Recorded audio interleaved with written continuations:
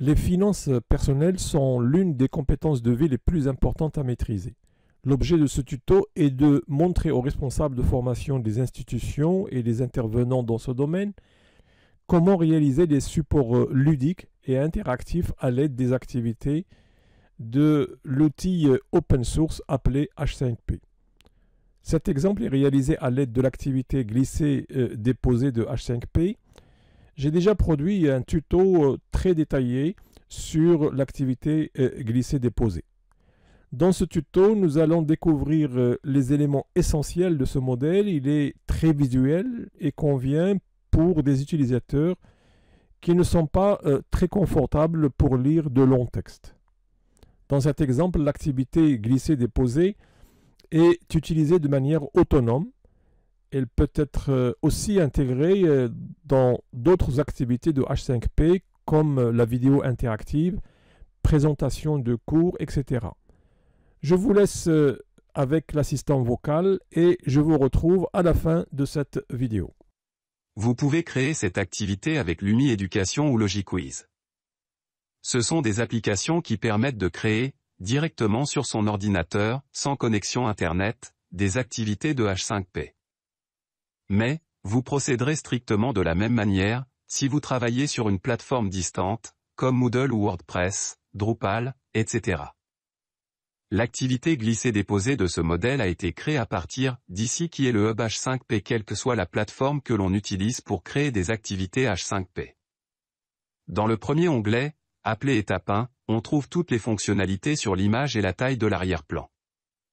Les paramètres ici définissent les règles d'évaluation en cas où les résultats de cette activité seront pris en compte dans l'évaluation de l'utilisateur. Plus bas, des réglages commandent quelques fonctionnalités d'affichage et d'ergonomie. Ce modèle est composé d'une image d'arrière-plan, qui est réalisée ici à l'aide de la plateforme Canva.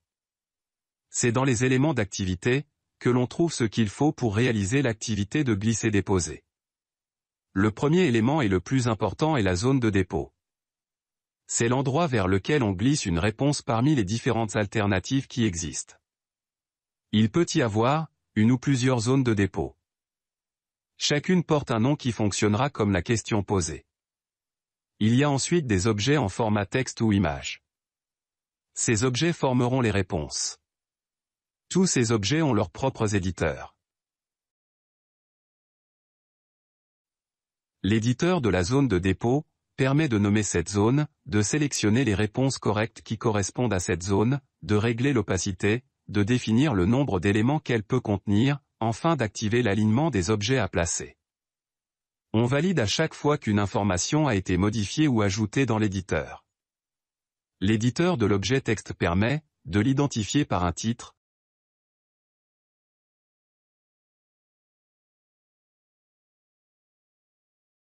de sélectionner la zone de dépôt adéquate, de régler son opacité enfin de décider si cet élément peut être déposé dans plusieurs zones de dépôt à la fois.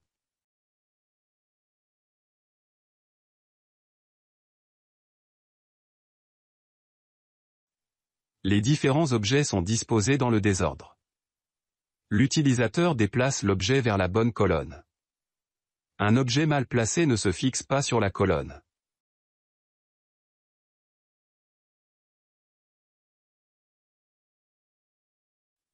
L'utilisateur peut vérifier son score après avoir terminé l'exercice. Ce fichier peut être maintenant exporté soit en un seul fichier HTML et utilisé par les apprenants en tant que tel, soit exporté en un dossier qui englobe les ressources et un fichier index et hébergé sur une plateforme distante. Pour plus d'informations, déroulez notre tutoriel sur l'installation et l'utilisation de Lumi. Voilà, vous connaissez maintenant tous les éléments de ce modèle. À vous maintenant de vous en inspirer pour créer d'autres supports sur les thèmes propres à vous pour améliorer votre offre de formation, en particulier à destination des personnes en difficulté de lecture. À très bientôt.